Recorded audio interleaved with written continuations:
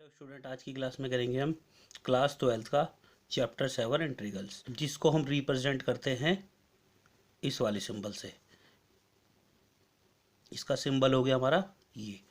और इसमें एक चीज़ और ध्यान रखनी है, इसमें हम जो भी हमारा फंक्शन दिया होगा उसके साथ dx आएगा, यहाँ हमारा फंक्शन आएगा और प्लस में लिख देंगे हम c।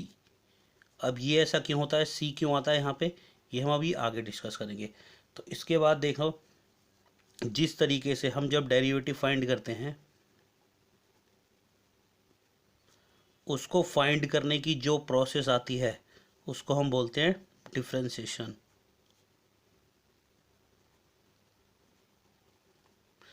उसी तरीके से जब हम इंटीग्रल्स फाइंड करते हैं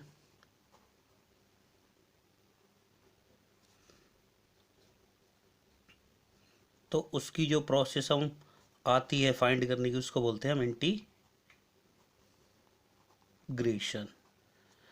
अब यहाँ पे ये देखना है, जो हमारा इंटीग्रेशन होता है वो जस्ट अपोजिट होता है किसका, डिफरेंशिएशन का।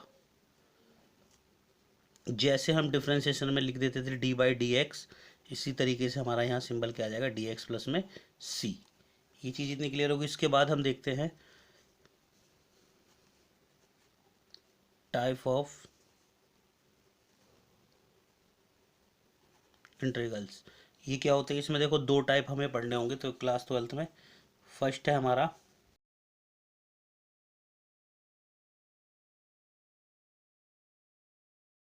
इसमें हमें प्रॉब्लम फाइंड करनी होगी जहाँ पे हमें डेरिवेटिव हमें गिवन होगा, डेरिवेटिव हमें पता ही है क्या होता है। सेकंड नंबर पे बात करेंगे हम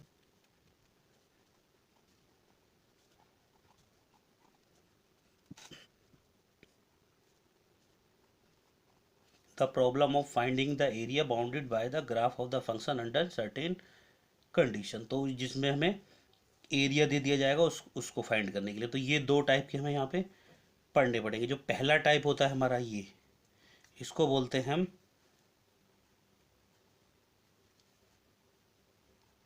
इंडेफिनेट इंटीग्रल्स।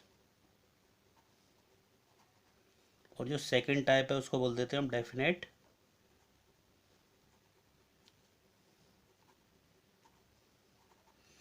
इन दोनों को हम जब मिला देते हैं तो हमारा बनता है इंटीग्रल्स कैलकुलस।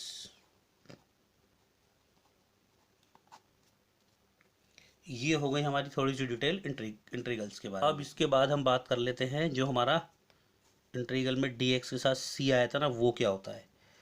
c होता है हमारा आर्बिट्री कांस्टेंट, जो कि हमारा रिप्रेजेंट करता है फैमिली ऑफ इंटीग्रल्स।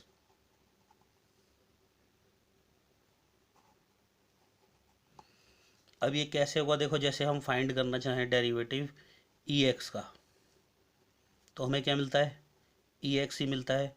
उसके अलावा अगर हम डेरिवेटिव फाइंड करना चाहें ex प्लस 2 का, तो भी हमें डेरिवेटिव ex ही मिलेगा। और फिर इसके अलावा हम डेरिवेटिव फाइंड करना चाहें ex प्लस 500 का, तो भी हमें डेरिवेटिव ex ही मिलेगा। ऑन द अदर हैंड जब हम बात करते हैं इंटीग्रेशन की, तो हम बार बार देखो, अगर हमें इसे इंटीग्रेशन लेना ex प्लस, तो हमारा क्या होगा ex, और प्लस में हम c लगा देते हैं, क्योंकि यहाँ पे ये जो हमारे कांस्टेंट नंबर बार बार चेंज हो रहे हैं तो उसे हम एक फिक्स वैल्यू दे देते हैं प्लस में c। यहाँ से हमें पूरी इसकी फैमिली के बारे में तो पता चल सकता है, मगर इसमें एक लिमिट ये होती है कि हमें एक्यूरेट वो नहीं पता चल सकता कि ये हमारा किसका डेरिवेटिव का इंटीग्रेशन है। जैसे कि यहाँ पे ex प्लस 2 है तो यहाँ ex प्लस 2 है, अब पता नहीं चल रहा तो इसके लिए हमने क्या लिख दिया, यहाँ c लिख दिया। तो इस तरीके से, या अगर ऐसे नहीं समझ सकते तो ये समझ लो, जैसे हमने मान लो इसी को ले लेते हैं हम साइन एक्स डी एक्स। तो साइन एक्स का क्या होता है इंटीग्रेशन, कॉस एक्स होता है। कॉस एक्स होता है, तो ये ध्यान रख लो, जैसे इंटीग्रेशन हटे सी लगा दो। ऐसे नहीं समझ सकते तो ऐसे भी समझ सकते हो। अब इसके बाद हम देखते हैं इसके फार्मूले।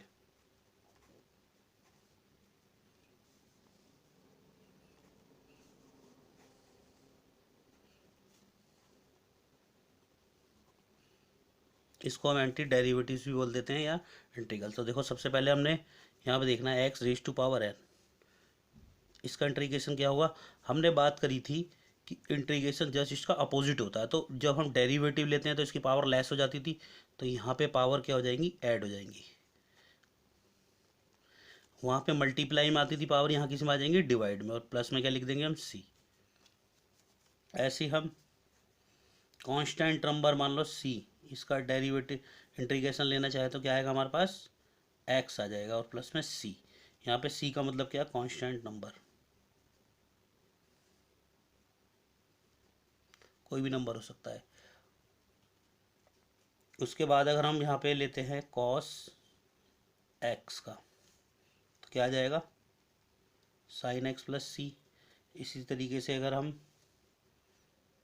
साइन एक्स का इंटीग्रेशन निकाले तो क्या आ जाएगा, माइनस कॉस एक्स प्लस सी।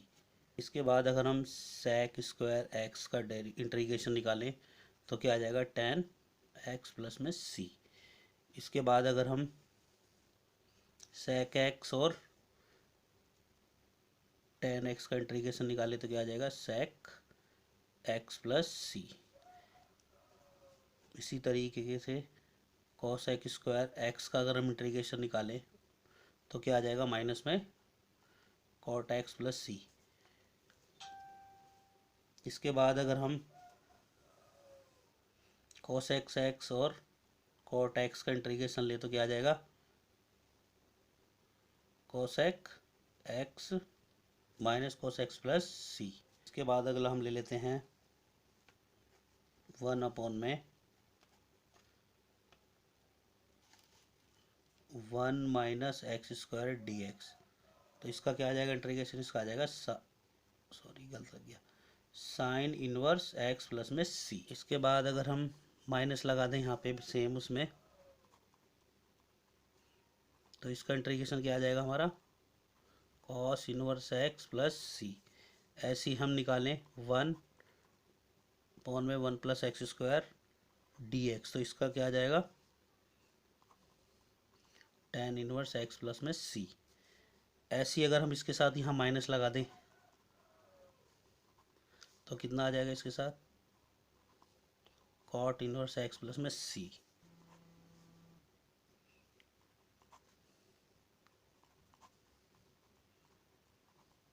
इसी तरीके से इसका क्या आ जाएगा, सेक इनवर्स एक्स प्लस में सी।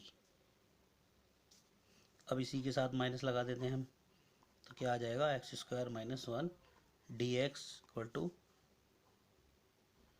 कोसेक इनवर्स एक्स प्लस में सी।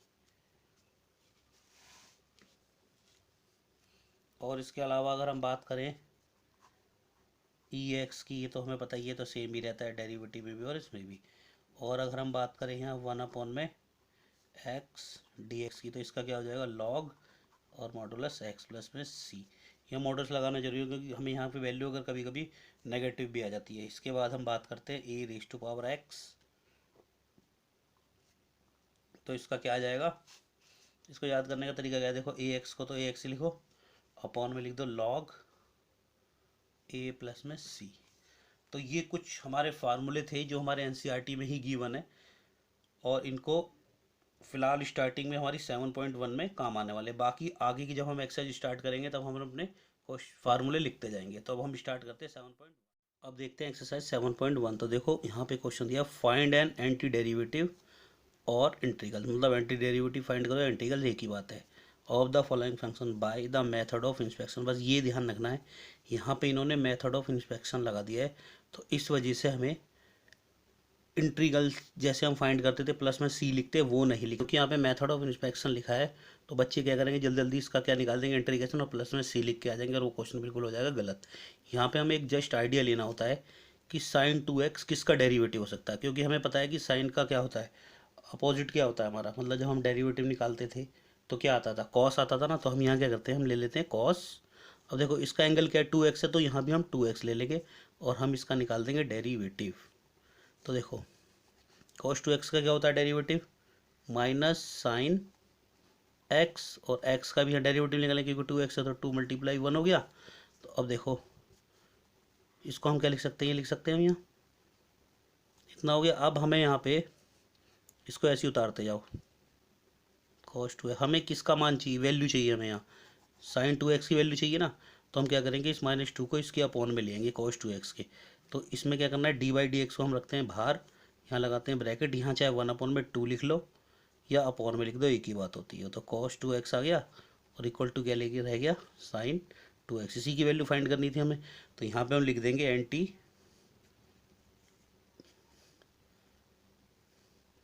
डेरिवेटिव ऑफ साइन 2x क्या हो गया हमारा, -1/2 cos 2x, ये हो गया हमारा। ऐसे देखो दूसरा दिया हुआ हमें cos 3x। अब हमने ये देखना है कि इसका डेरिवेटिव क्या हो सकता है, इस cos 3x का। तो cos किससे रिलेट होता है हमारा, साइन से ही तो होता है। तो हम यहाँ क्या ले लेंगे, साइन x की जगह हम क्या लिखेंगे, 3x, क्योंकि यहाँ लिखा है, और इसको हम निकाल देंगे क्या, d/dx। तो क्या होगा, साइन का क्या होता है हमारा, cos होता है, और हम यहाँ डेरिवेटिव लेंगे 3x का, तो कितना आ जाएगा, 3 × 1। अब हम क्या लिखेंगे, d/dx sign 3x equal to, इसको हम लिख सकते हैं 3 cos 3x लिख सकते हैं। अब हमें क्या वैल्यू चाहिए थी, इसी की तो चाहिए cos 3x की, तो हम इस 3 को इसके अपॉन में लिखेंगे। तो यहाँ d/dx को ऐसे रखो, यहाँ ब्रैकेट लगाओ, इसको 1/3 लिख के यहाँ लिख दो साइन 3x और इक्वल टू cos 3x। तो यहाँ क्या हो गया, anti derivative of cos 3x का क्या आ गया हमारा, 1/3 साइन 3x। 3 में दिया है e⁻² 2x, तो हमें पता है ex की डेरिवेटिव ex ही होता है ना।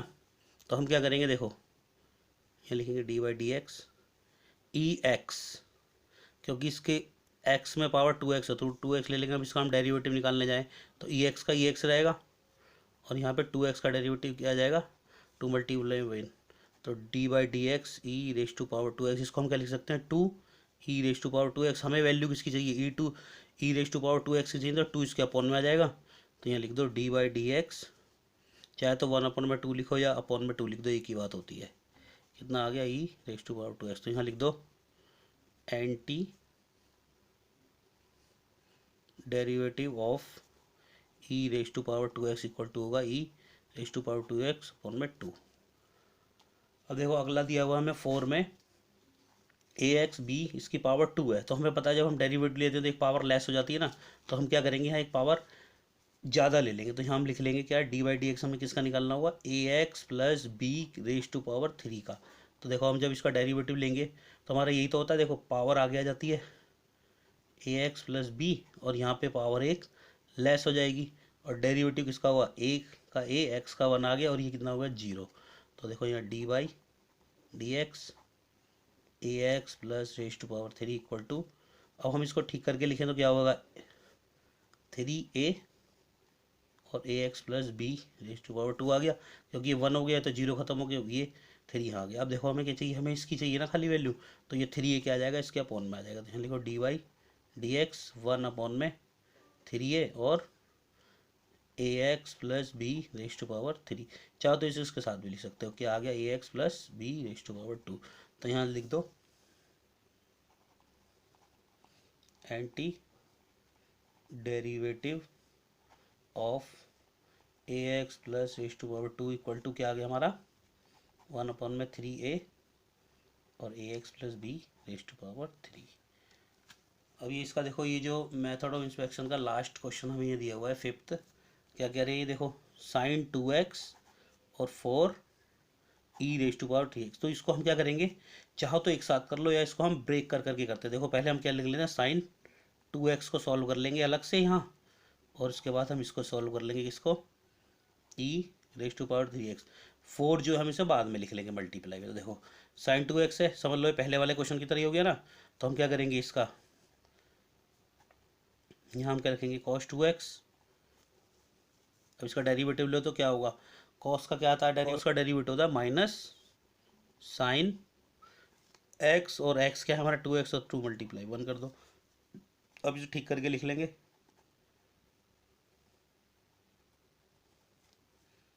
-2 साइन 2x। हमें वैल्यू किसकी चाहिए, इसकी चाहिए, तो ये अपॉन में चला जाएगा। तो यहाँ लिख दो d/dx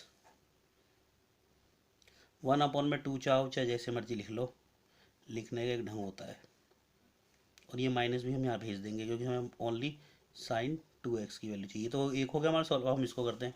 अब हमें पता है ये x का डेरिवेटिव ये x ही होता है, तो हम क्या करेंगे, यहाँ लिखो dy/dx। अभी 3x को हमने x ही माना है, तो क्या होगा इसका डेरिवेटिव ex। अब x क्या हमारा 3x है, तो 3 × 1।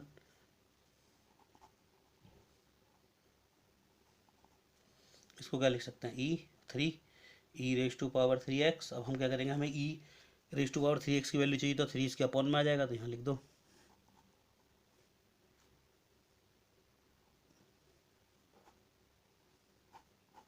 और ये आ गया, ये हो गया। अब हमने देखो यहाँ पे वैल्यू वापस उठा के डाल देनी है, वही वाली क्या थी हमारे पास वैल्यू, साइन 2x - 4 e⁻3x। तो साइन 2x को जब हमने सॉल्व किया तो हमें क्या मिल गया, इसका anti derivative minus cos 2x/2। और फिर क्या लग रहा है, -4 का 4 मल्टीप्लाई में क्या मिला हमें, मल्टीप्लाई लिखना चाहो तो ऐसे लिख दो e⁻3x/3। अब हम इसको सही कर देते हैं बस। इसको चाहो तो 1/2 लिख दो या ऐसे रहने दो, ऐसे ही 4/3 e⁻3x। तो ये हो गए हमारे पांचों क्वेश्चन इस मेथड ऑफ इंस्पेक्शन। यहाँ क्वेश्चन दिया है find the following integrals in the exercise 6 to 20। तो देखो अब हमें यहाँ पे इंटीग्रेशन का यूज़ करना है, क्योंकि यहाँ पे मेथड ऑफ इंस्पेक्शन नहीं दिया। तो देखो इंटीग्रेशन है तो हमें हमेशा, अभी हम बेसिक से कर रहे हैं तो अभी हमें बेसिक में ही करना है, बाद में जब सीख लोगे तो फिर वो डायरेक्ट कर ही सकते हो। तो इसको हम अभी ब्रेक कर देते हैं। देखो हम क्या लिखेंगे इसको इस तरीके से, 4e⁻3x + 1, इसके साथ dx भी लिखेंगे और 1 dx। अब इसमें देखो कांस्टेंट को हम बाहर निकाल देते, तो 4e⁻3x dx प्लस, इसमें चाहो तो बाहर निकाल लो या रहने दो, एक ही बात है क्योंकि अकेले ही है वो। तो देखो 4 का 4 आएगा, e⁻3x का क्या होता है, e⁻3x का तो 3x आएगा। इसकी जो देखो हम अपोजिट कर रहे हैं, तो जब हम डेरिवेटिव लेते तो मल्टीप्लाई में आता है, अब इसकी जो पावर होगी वो किस में आ जाएगी, डिवाइड में। और प्लस 1 कांस्टेंट नंबर आ गया तो इसका x हो जाएगा, और प्लस में क्या आ जाएगा, सी के वाई हम पहले ही बात कर चुके हैं। अगर नहीं पता तो ये भी समझ लो कि इंटीग्रेशन हटा तो सी आ गया। इसको ठीक करके लिखना चाहता है ऐसे भी लिख दो, 4/3 e⁻3x प्लस में x और प्लस में सी। ये हो गया 6 क्वेश्चन। अब देखो 7 देखते हैं। देखो 7 में हमें ये दिया हुआ है, तो सबसे पहले क्या करेंगे, हम x² के अंदर मल्टीप्लाई कर देते हैं। तो देखो यहाँ मल्टीप्लाई करेंगे, ये यहाँ जब हम मल्टीप्लाई करेंगे तो x² से x² कट जाएगा। देखो इस तरीके से ये होगा ना, यहाँ से कैंसिल हो गया। अब हम इसे ब्रेक कर देते हैं अलग अलग। अब देखो x² 2 है, हमें पता है इसमें पावर क्या हो जाएंगी, ऐड हो जाएंगी ना, क्योंकि हमें x⁻n का फार्मूला क्या था, xn + 1/n+1 प्लस में c लिखते थे। तो यहाँ पे भी वही हो जाएगा, x2 + 1 और 2 + 1, और यहाँ कांस्टेंट नंबर है तो x ही हो जाएगा प्लस में c। तो ये कितना हो गया, x⁻3/3 ओ माइनस x और प्लस में c। 8 में देखो इसे हम अलग अलग ब्रेक कर लेते, पहले 1ax² dx फिर प्लस bx dx और प्लस में c dx। कांस्टेंट नंबर बाहर निकाल दो,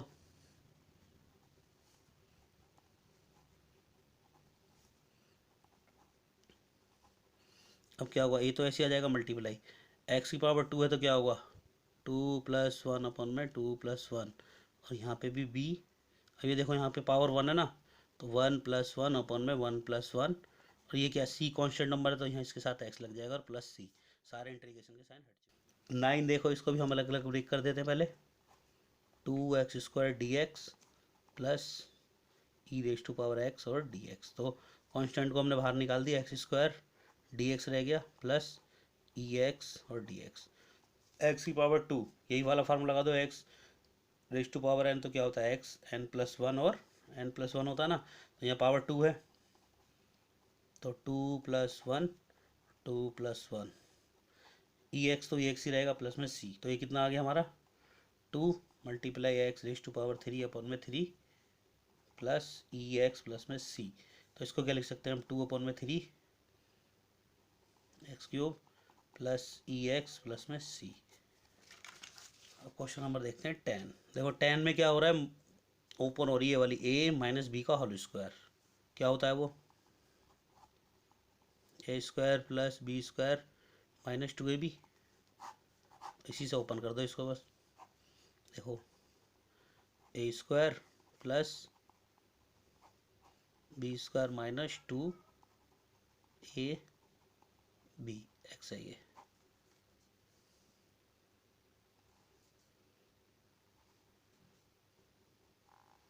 अब यहाँ देखो एक्स स्क्वायर से रूट कैंसिल तो एक्स बचा, यहाँ भी 1 में एक्स बचा, इस एक्स से एक्स कैंसिल तो माइनस का क्या बचा 2। अब चाहो तो डायरेक्ट ले लो इसको इंटीग्रेशन, या अलग अलग ब्रेक करके दिखा दो। देखो हमने एक्स डी एक्स अलग लिख लिया, 1 में एक्स डी एक्स अलग लिख लिया, माइनस 2 dx अलग लिख लिया। देखो x की पावर इस टाइम 1 है तो 1+1 और 1+1, क्योंकि पावर यहाँ डिवाइड में आ जाती है इंटीग्रेशन में। तो 1 में x क्या था, log x, 2 के साथ क्या लग जाएगा x, तो ये कितने हो गया x रेज़ टू पावर 2/2